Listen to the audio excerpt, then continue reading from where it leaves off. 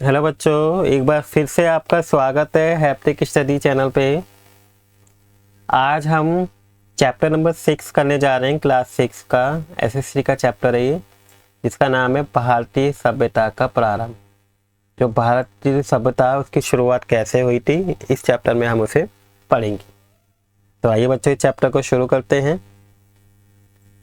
भारत की सबसे जो प्राचीन सभ्यता जो हड़प्पा है, ठीक है, सबसे पुरानी सभ्यता है सिंधु अथवा सिंधु सरस्वती सभ्यता के नाम से भी जानी जाती है।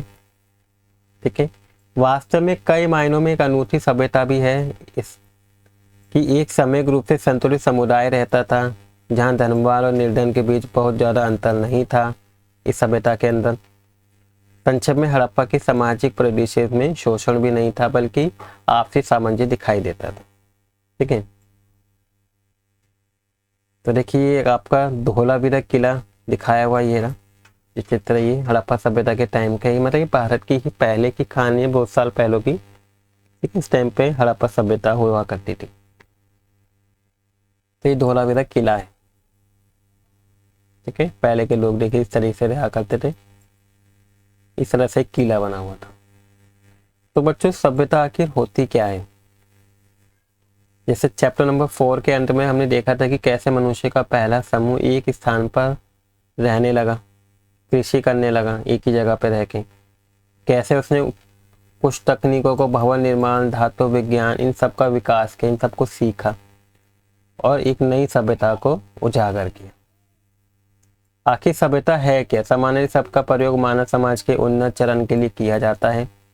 इसे और स्पष्ट करने के लिए हम यहाँ इस बात पर विचार करेंगे कि सभ्यता में कम से कम निम्नलिखित विशेषता होनी ही चाहिए किसी भी सभ्यता के अंदर। ठीक है, ये आपके इम्पोर्टेंट है कि सभ्यता के अंदर कौन कौन सी विशेषता होनी चाहिए। तो देखिए, सबसे पहली है कि शासन और प्रशासन का कोई रूप तो होना चाहिए, जटिल समाज और उसके अनेक कार्यकलापों से प्रबंध हेतु।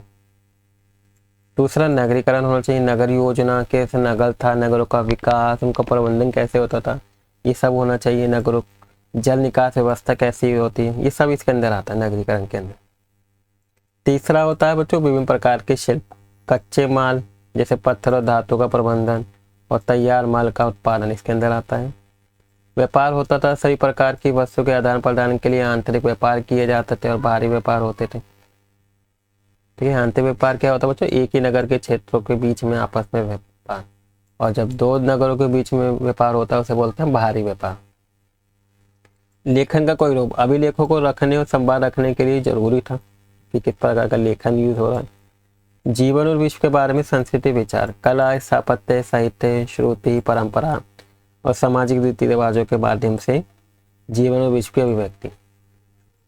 कृषि उत्पादकता, जो गांव ही नहीं बल्कि नगरों को भी भोजन उपलब्ध कराता है, वो कृषि उत्पादकता हो वहाँ, वही बच्चों सभ्यता कहलाए। तो आज विश्व के अधिकांश समाजों में इन सभी विशेषता को आसानी से देखा जा सकता है, ये सभी इसमें पाई जाती हैं। जिस तरह हमने सभ्यता को परिभाषित किया, उस अर्थ में सभ्यता का प्रारंभ कब हुआ, फिर जो सभ्यता है इसकी शुरुआत कब हुई? तो विश्व के विभिन्न भागों में अलग अलग समय पर सभ्यता की शुरुआत हुई थी। जिस क्षेत्र को मेसोपोटामिया यानी कि आज के टाइम पे इराक और सीरिया है के नाम से जाना जाता है, तो मेसोपोटामिया के नाम से जाना जाता था। वहाँ लगभग 6000 वर्ष पहले सभ्यता की शुरुआत हुई थी मेसोपोटामिया।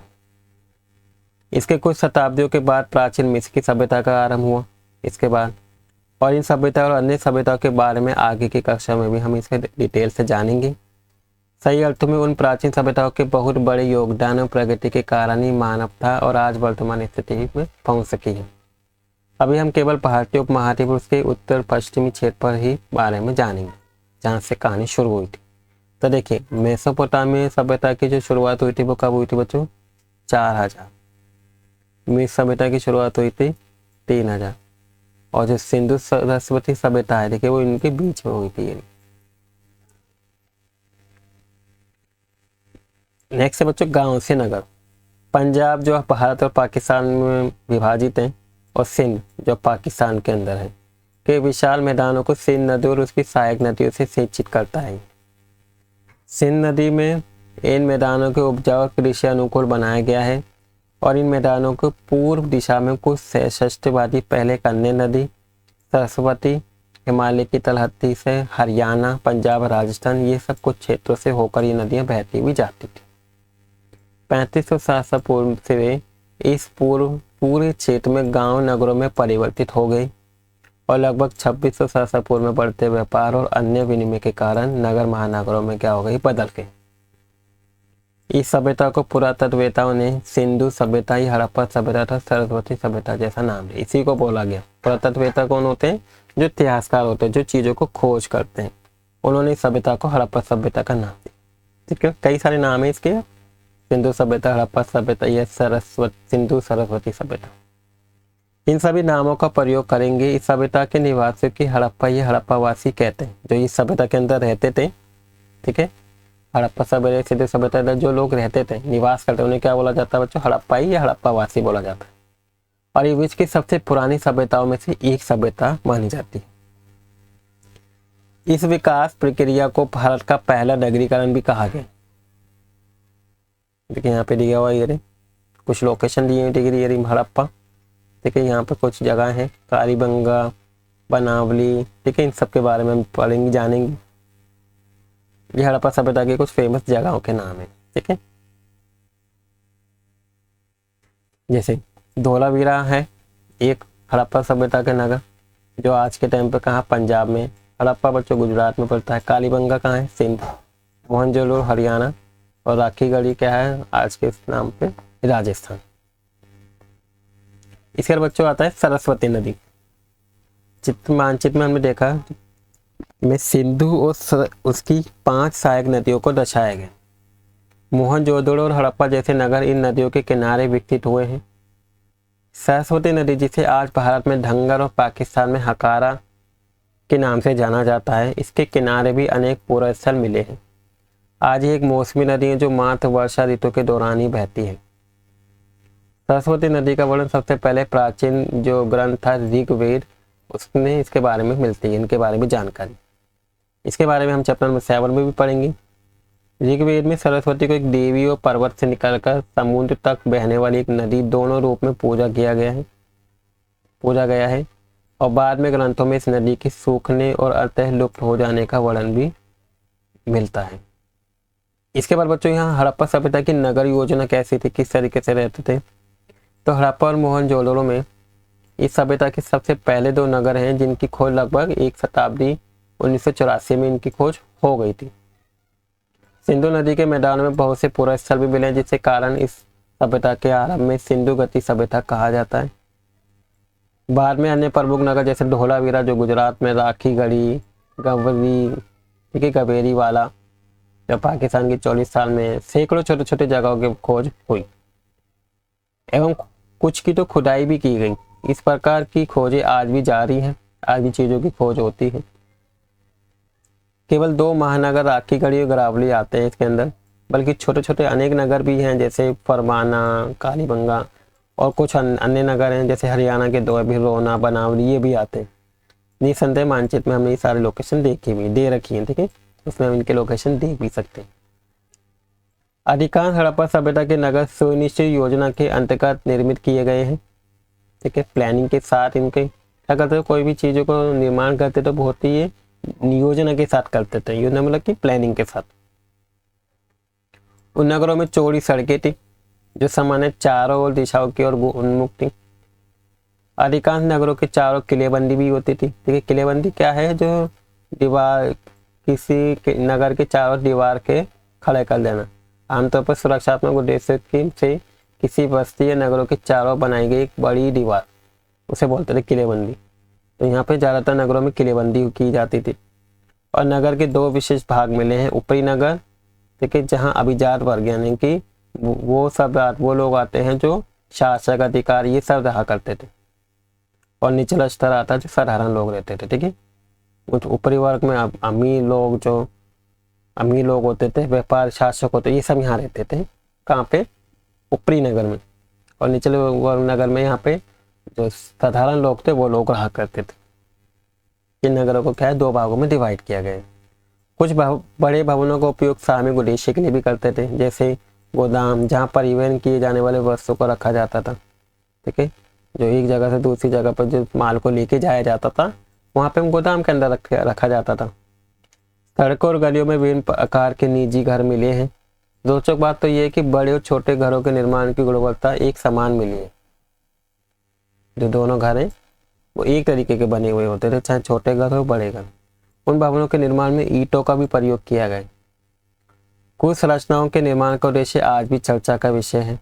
जैसे मोहनजोदड़ो का प्रसिद्ध है निर्माण वाली जगह महान स्नानगार।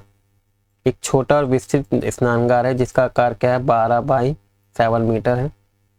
सबसे ऊपर जमाई गई ईंटों पर जल रोधक सामग्री की परत चढ़ाई गई है इसमें। और स्नानगार के चारों ओर छोटे छोटे कमरे भी मिले हैं। उनमें से एक कमरे के अंदर कुआं भी मिला है। समय समय पर स्नानगार के पानी को खाली करने के लिए कोने में एक नाली भी दिखाई मिली है। और इस स्नानगार को स्वच्छ पानी से समय समय पर क्या होता था, भरा जाता था। देखिए ये चित्र दिखाया हुआ है। देखिए कालीबंगन के निचले नगर में एक चौड़ी सड़क भी दिखाई हुई। देखिए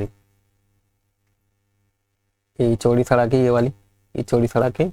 और जो ये है बच्चों, ये धौलावीरा के मध्य नगर के आवासीय क्षेत्र के लंबवत गलियां दिखा रखी हैं। देखिए इसके बाद देखिए ये चित्र, ये मोहनजोदड़ो के बड़ा महान स्नानगार है जिसके बारे में मैंने पढ़ा। देखिए जहाँ पे पानी को भरा जाता था। इस जो स्नानगार है इसका निर्माण का उद्देश्य क्या रहा होगा, क्यों बनाया गया होगा? पुरातत्व ने अनेक संभावित व्याख्या प्रस्तुत किया। अलग अलग लोगों ने मतलब कई सारी चीज़ों को प्रस्तुत किया, उनका अंदाजा लगाया कि इस चीज़ के लिए यूज़ होता था। जैसे सार्वजनिक स्नान के लिए यूज़ होता होगा, सभी मिलकर यहाँ पे आके नहाते होंगे, स्नान करते होंगे। केवल राशि परिवार के लिए बनाया गया हो। धार्मिक कार्य के लिए प्रयोग होने वाला स्नान हो सकता है, क्या बड़ा धार्मिक कार्य होता हो यहाँ पे। हालांकि पहली व्याख्या स्वीकार्य नहीं है क्योंकि यहाँ पाया गया कि इस नगर के अधिकांश घरों में स्नानघर बने हुए थे। घर ज़्यादातर घरों के अंदर क्या थे, बड़े बड़े स्नानघर बने हुए थे। तो ऐसा जरूरी नहीं था, हो सकता है कि बड़े बड़े उसके लिए धार्मिक कार्य के लिए इसको बनाया गया हो। इसके बाद बच्चों नेक्स्ट टॉपिक आता है जल प्रबंधन। ठीक है, तो यहाँ के जो जल प्रबंधन की व्यवस्था थी वो कैसी थी? हड़प्पावासी जल प्रबंधन और स्वच्छता को बहुत महत्व देते थे। उनके घरों में स्नान के लिए अलग अलग स्नान बने हुए करते थे। ये नगर जल निकास प्रणाली से जुड़े हुए थे जो साधारण सड़कों के नीचे होती थी, जिनमें अवशेष गंदे पानी को क्या किया जाता था, बहाया जाता था। देखिए यहाँ पे एक वो बनाया हुआ है चित्र। तो जो चित्र बच्चों लोथल यानी कि गुजरात में जल निकास प्रणाली दिखा रखी है। इसके तो रोज पानी का निकास होता था। मोहनजोदड़ो में लोग ईंटों से बनाए हुए कुएं से पानी निकाला करते थे, किंतु अन्य क्षेत्रों में तालाब, पास के झरने अथवा मानव निर्मित जलाशय से पानी लेते थे। धोलावीरा में गुजरात के कच्छ जो पड़ता है वहाँ पे 73 मीटर लंबा सबसे बड़ा जलाशय मिला है। जलाशय क्या होता है बच्चों, जहाँ पे पानी को इकट्ठा किया जाता है। धोलावीरा में पत्थर यहाँ तक कि चट्टान को काटकर कम से कम 6 विशाल जलाशय का निर्माण किया गया धोलावीरा के अंदर। और इनमें से अधिकांश को कुशल जल संचयन और वितरण के लिए भूमिगत नालियों से जोड़ा गया है। फिर इसको बड़े बड़े जलाशय को इन नालियों से जोड़ा गया। इसके बाद हड़प्पावासी जो थे वो खाते क्या थे? ठीक है बच्चों, इस टॉपिक को मैं नेक्स्ट पार्ट 2 में कराऊंगा। इससे आगे के टॉपिक आज यहीं तक रखते हैं। ठीक है, आई होप आपको आज का जो भी टॉपिक है आपको अच्छे समझ में आ गया होगा और वीडियो भी अच्छी लगी होगी। वीडियो अच्छी लगी हो तो बच्चों वीडियो को लाइक कर दीजिएगा और अगर आप चैनल पे नए हो तो चैनल को सब्सक्राइब कर दीजिएगा। मिलते हैं इसके नेक्स्ट पार्ट में। Thank you for watching video.